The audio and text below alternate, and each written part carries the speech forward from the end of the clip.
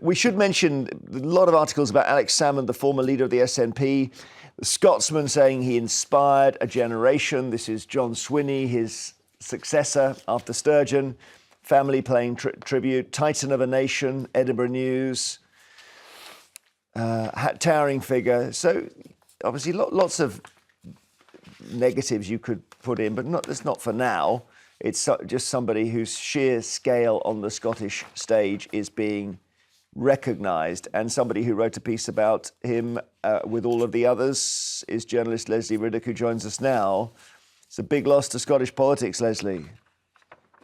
It totally is, and just so unexpected. It's really shocked everybody. I think everyone's still. I met somebody yesterday that hadn't heard, and they literally stopped in their tracks and said, "What?" I guess this is true when any larger-than-life personality dies unexpectedly.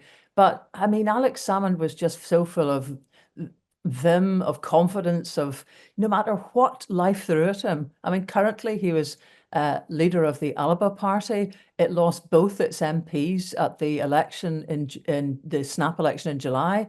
It actually lost its deposit in the 19 seats that it stood in.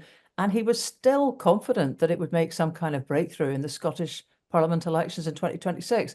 He was like optimism personified. And just to think that someone like that can suddenly be removed from life is just a big shake-up.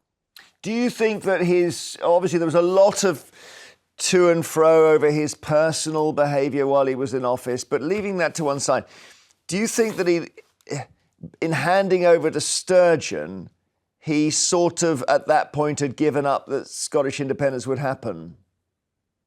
No, not at all, actually. I think he was gubbed because, I mean, let's remember a week under his leadership, a week before the actual vote, the yes side was sitting at about 55%, looked like it might win. And I met him actually in that week, and he was absolutely buoyant. He believed that it was possible.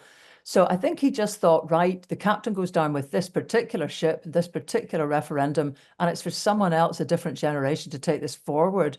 But the thing is, if you're living in Scotland, there's plenty other things that people overlook.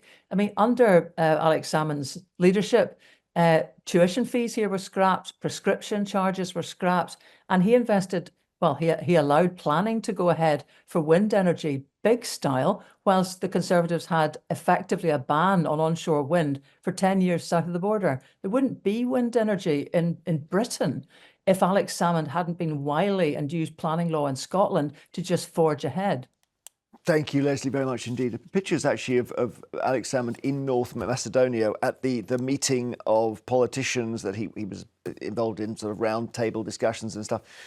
And that's just 3 or 4 hours before he died. So it's a salutary reminder, but there we are, politician to the very end.